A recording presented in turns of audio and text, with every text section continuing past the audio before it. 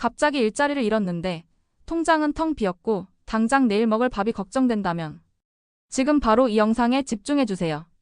단 한 통의 전화로 최대 187만 원까지 긴급 생계비를 받으실 수 있습니다. 놓치면 그냥 내 돈입니다. 갑자기 직장을 잃었습니다. 병원비가 너무 많이 나왔어요. 당장 내일부터 먹고 살 길이 막막합니다. 긴급 생계비 도대체 뭔가요? 여러분, 긴급 생계비는 위기 상황에 처한 저소득 가구가 생존의 위협을 받지 않도록 정부가 신속하게 지원하는 제도입니다. 주소득자의 사망, 가출, 질병, 이혼, 가정폭력 등 갑작스러운 이유로 생계가 어려워졌을 때 최소한의 생활을 유지하고 다시 일상으로 복귀할 수 있도록 돕는 사회 안전망이죠. 2025년에는 기준이 더욱 완화되고 지원이 확대되어 더 많은 분들이 이 혜택을 누릴 수 있게 됩니다. 2025년 왜 더 희망적인가요? 첫 번째, 소득 기준 완화. 2025년 기준 중위소득은 역대 최대인 6.42% 인상되었습니다.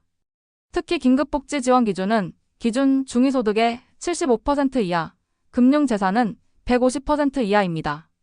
예를 들어 우리 4인 가구인데 월 소득이 450만 원이에요. 혹시 될까요? 네. 2025년 4인 가구 기준 중위소득이 약 609만 원이므로 이에 75%인 약 457만 원 이하면 소득 기준을 충족합니다. 즉, 월 450만 원을 버는 4인 가구는 소득 기준으로는 긴급 생계비 대상이 될 수 있습니다. 월급이 조금만 줄어도 생활이 어려운 분들을 위해 문턱을 낮춘 겁니다. 혼자 사는 노인인데 한 달 수입이 160만 원 정도예요. 2025년 1인 가구 기준 중위소득 약 239만 원의 75%는 약 179만 원입니다. 따라서 월 160만 원의 수입을 가진 1인 가구 어르신도 소득 기준을 충족하여 지원받을 가능성이 높습니다. 두 번째, 재산 기준 완화. 내 집이 있어도 걱정 마세요.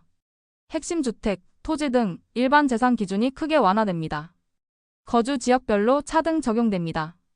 대도시는 약 2억 7천만 원, 중소도시는 약 1억 8천만 원, 농어촌은 약 1억 4천만 원입니다. 예를 들어 서울에 오래된 2억 5천만 원짜리 아파트가 있는데 남편이 갑자기 실직해서 돈이 없어요. 과거에는 집이 있다는 이유만으로 지원받기 어려웠지만 2025년에는 서울 기준 재산이 2억 7천만 원 이하라면 재산 기준을 충족하게 됩니다. 자가주택 소유 여부보다 실제 위기 상황에 초점을 맞춘 것이죠. 세 번째, 금융재산 기준 완화. 통장에 약간의 돈이 있어도 괜찮아요. 핵심 예금, 적금 등 금융재산 기준 역시 완화됩니다. 또한 생활준비금을 공제해줍니다. 1인 가구는 약 900만 원, 4인 가구는 약 1,400만 원을 공제해줍니다. 예를 들어 병원비로 써야 해서 통장에 1천만 원 정도 남겨뒀는데 이것 때문에 긴급 생계비를 못 받을까 걱정이에요. 걱정 마세요. 1인 가구의 경우 약 900만 원의 생활준비금이 공제됩니다. 즉, 통장에 1천만 원이 있다면 900만 원을 제외한 100만 원만 금융재산으로 인정되어 위기 사유만 명확하다면 지원받을 수 있습니다. 최소한의 생활비는 보장받으면서 지원을 신청할 수 있게 된 것입니다. 나도 해당될까? 남편이 갑자기 쓰러져 중환자실에 입원했어요. 병원비가 막막한데 제가 일도 못 나가요. 중한 질병 또는 부상. 가정폭력으로 아이들과 함께 급하게 대피해야 하는데 갈 곳이 없어요. 사업이 갑자기 망해서 수입이 아예 끊겼어요. 당장 식비도 없어요. 주소득자의 사망, 가출, 사업 실패 등으로 소득 상실. 살던 집이 화재로 전소되었어요. 갈 곳도 없고 모든 것을 잃었어요. 화재, 자연재해 등으로 생활 곤란.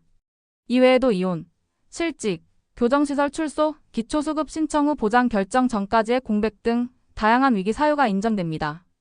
혹시 나도? 라는 생각이 든다면 일단 문의해보세요. 얼마나 받을 수 있나요?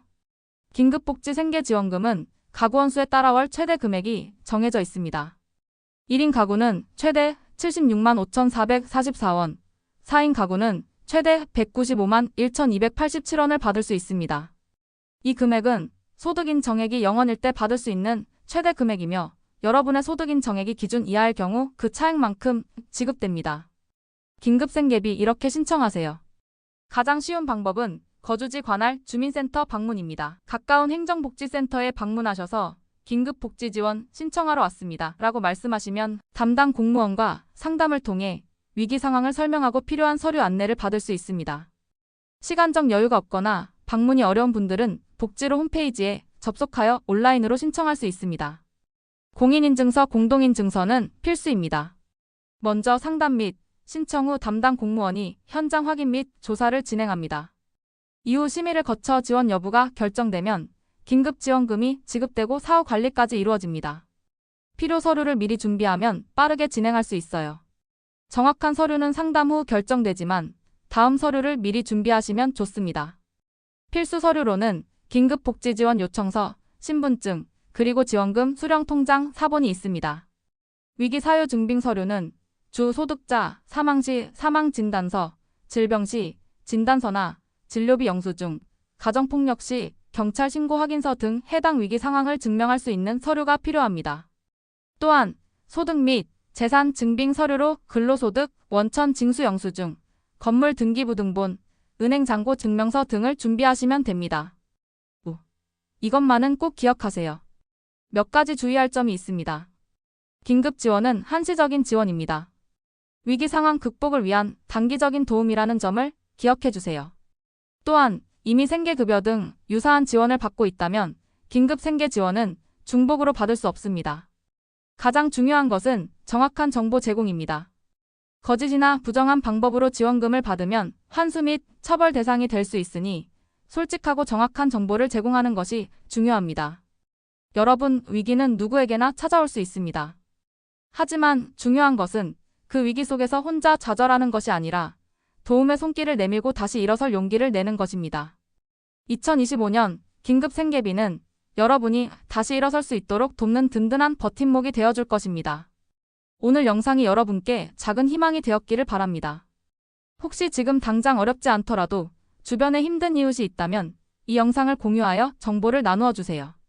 작은 관심이 누군가의 삶을 바꿀 수 있습니다. 오늘 내용이 유익하셨다면 구독과 좋아요, 그리고 알림 설정 잊지 마세요. 다음에도 여러분의 삶에 도움이 되는 유익한 정보로 찾아뵙겠습니다. 감사합니다.